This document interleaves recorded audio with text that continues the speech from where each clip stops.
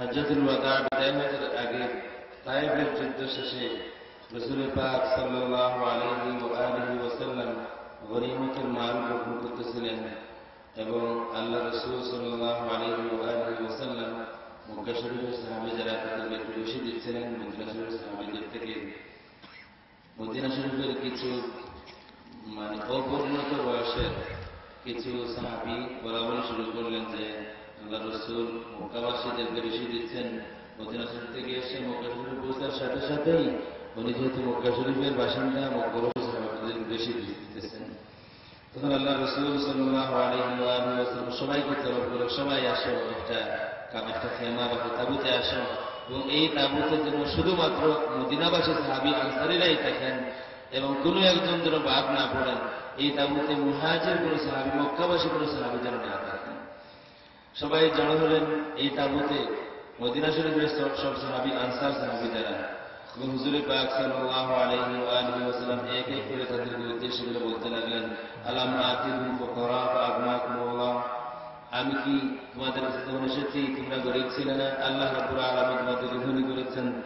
আলাম আতিকুম মুতাফাররিকিন ফাওয়াহদাকুমুল্লাহ, আমি যখন এসেছি তোমরা বিভিন্ন বিচ্ছিন্ন ছিলে, বিভিন্ন গ্রুপে বিভক্ত ছিলে, আল্লাহ রাব্বুল আলামিন তোমাদেরকে ঐক্যবদ্ধ করে দিয়েছেন। আল্লাহ রাসূল সাল্লাল্লাহু আলাইহি ওয়া আলিহি ওয়াসাল্লাম এক এক করে প্রশ্ন করেন আর সাহাবায়ে কেরাম জবাব দেন, লিল্লাহিল মিন্নাতু ওয়া লিরাসূলিহি, ইয়া রাসূলুল্লাহ, আমাদের জিন্দেগিতে যা আছে সবই তো আপনি এবং আল্লাহ রাব্বুল আলামিনের দান। লিল্লাহিল মিন্নাতু ওয়া লিরাসূলিহি, ইয়া রাসূলুল্লাহ, আমাদের জিন্দেগিতে যা আছে সব তো আপনি এবং আল্লাহ রাব্বুল আলামিনের দান। হুজুর পাক সাল্লাল্লাহু আলাইহি ওয়া আলিহি ওয়াসাল্লাম, আমি জানি তোমরা মিথ্যা বলো না, তোমরা মিথ্যাবাদী জাতি নও এবং তোমরা যে সত্যবাদী দুনিয়ার মানুষ স্বীকার করে, মানুষ তোমাদেরকে সত্যবাদী হিসেবে সার্টিফাই করে, তোমরা তো এই কথাটাও বলতে পারতে, ইয়া রাসূলুল্লাহ, আপনি যখন এসেছিলেন মক্কা শরীফ থেকে তখন আপনি খুব আশঙ্কিত ছিলেন, আমরা আপনাকে সাহায্য করেছি। তোমরা তো বলতে পারতে, ইয়া রাসূলুল্লাহ, আপনি যখন মক্কা শরীফ থেকে সাথে গরীব ছিলেন আমরা আপনাকে বলে দিয়েছি। সাহাবায়ে কেরাম বারবার রিপিট করেন, লিল্লাহিল মিন্নাতু ওয়া লিরাসূলিহি, ইয়া রাসূলুল্লাহ, আমাদের জিন্দেগিতে যা আছে সব আল্লাহ এবং আপনি আল্লাহ রাসূলের প্রদান। সাহাবায়ে কেরাম কাঁদতে থাকেন। হুজুর পাক সাল্লাল্লাহু আলাইহি ওয়া আলিহি ওয়াসাল্লাম বলেন, দুনিয়ার এই যে নিয়ামত, এটার জন্য কি তোমাদের খুব রাগ হয়েছে, কোনো অনুকূল হয়েছে? হুজুর বলেন, সাহাবীরা, মানুষ ছাগল এবং উট নিয়ে বাড়িতে ফিরবে আর তোমরা আনসারী সাহাবীরা তোমরা নবী মুহাম্মদুর রাসূলুল্লাহ সাল্লাল্লাহু আলাইহি ওয়া আলিহি ওয়াসাল্লামকে বাড়িতে ফিরবে, তোমরা কি রাজি না? সাহাবায়ে কেরাম কাঁদতে থাকলেন, বলতে থাকলেন, ইয়া রাসূলুল্লাহ, আমরা তো আপনাকে পাওয়ার পরে আমাদের আর কোনো পাওয়া নাই। হুজুর পাক সাল্লাল্লাহু আলাইহি ওয়া আলিহি ওয়াসাল্লাম তখন দোয়া করতে থাকেন, আল্লাহুম্মা ফিল আনসার, আল্লাহুম্মা ফিল আবনাই আনসার, আবনাই আনসার, ইয়া আল্লাহ, আপনি আনসারদেরকে মাফ করে দেন। হে আল্লাহ, আপনি আনসারদের সন্তানদেরকে মাফ করেন। হে আল্লাহ, আপনি আনসারদের সন্তানের সন্তানদেরকে মাফ করে দেন। হুজুর পাক সাল্লাল্লাহু আলাইহি ওয়া আলিহি ওয়াসাল্লাম বলেন, যদি দুনিয়ার মানুষ দুই পথে যায়, এক পথে দুনিয়ার মানুষ এবং এক পথে মদিনা শরীফের আমার আনসারী সাহাবীরা, আমি নবী মুহাম্মদুর রাসূলুল্লাহ সাল্লাল্লাহু আলাইহি ওয়া আলিহি ওয়াসাল্লাম সেই পথে যাব যেই পথে আমার আনসারী সাহাবীরা যায়। সাহাবায়ে কেরাম কাঁদতে দেখেন, এমন অবস্থা হলো যে কাঁদতে কাঁদতে তাদের সকলের দাড়ি চোখের পানিতে ভিজে গেল। أعوذ بالله من الشيطان الرجيم. بسم الله الرحمن الرحيم. قل هو الله أحد الله الصمد لم يلد ولم يولد ولم يكن له كفوا أحد.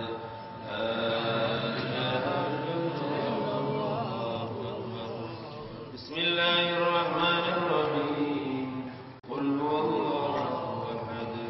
الله الصمد لم يلد ولم يولد ولم يكن له كفوا أحد. لا إله إلا الله والله أكبر. بسم الله الرحمن الرحيم.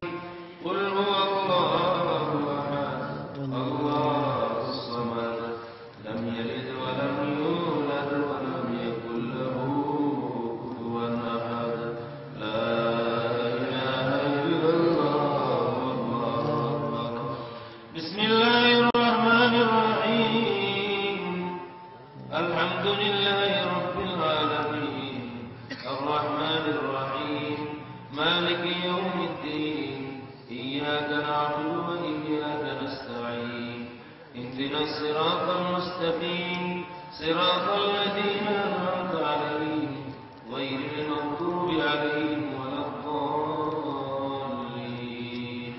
آمين. بسم الله الرحمن الرحيم. ما كان محمد أبا أحد من رجالكم ولكن رسول الله وخاتم النبيين وكان الله بكل شيء عليما.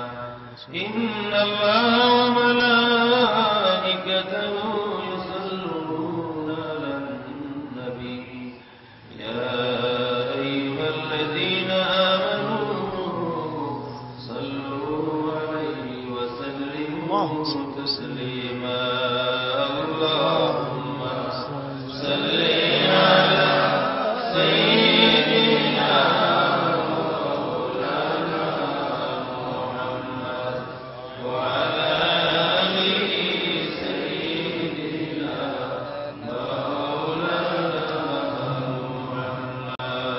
اللهم صل على سيدنا مولانا محمد وعلى آل سيدنا مولانا محمد.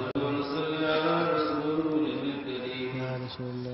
نسب تحسب العلا بعلاه ولدتها رجوا تمزاه.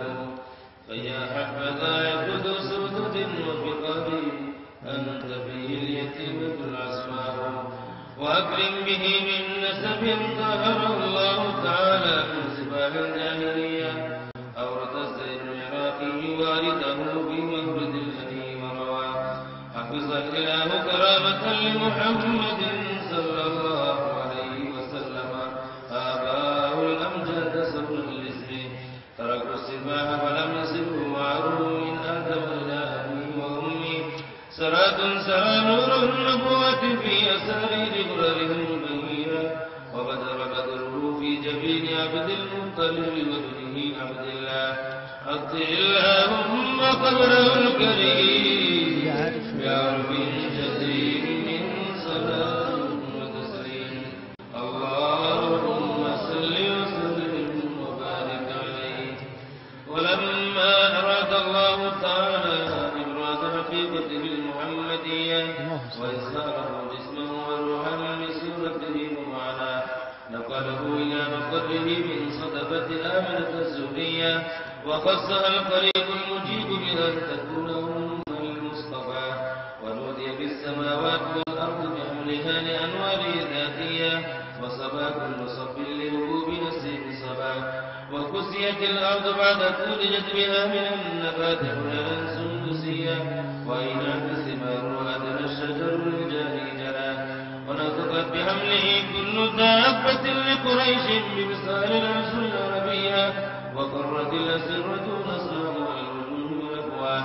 وتباشرت وحوش المشارق والمغارب ودوابها البحرية.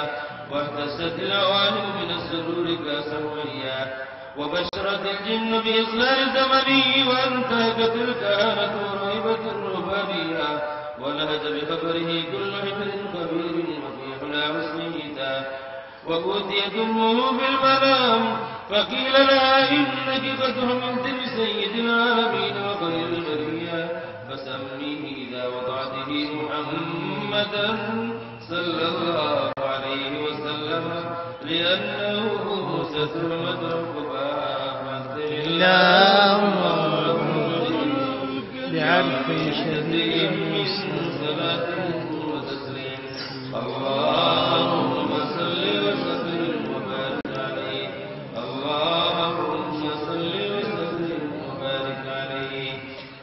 ولما تم من حمله صلى الله عليه وسلم شهران على أشهر الأقوال المروية. توفي بالمدينة الشريفة المنورة أبوه عبد الله. وكان قد اجتاز بأخوانه فريعتهم من الطائفة النجارية. ومكث فيهم شهرا سقيما يعانون سقمه وشكواه. ولما تم من حمله صلى الله عليه وسلم على الراجل 9 أشهر قمرية. وآن للزمان أن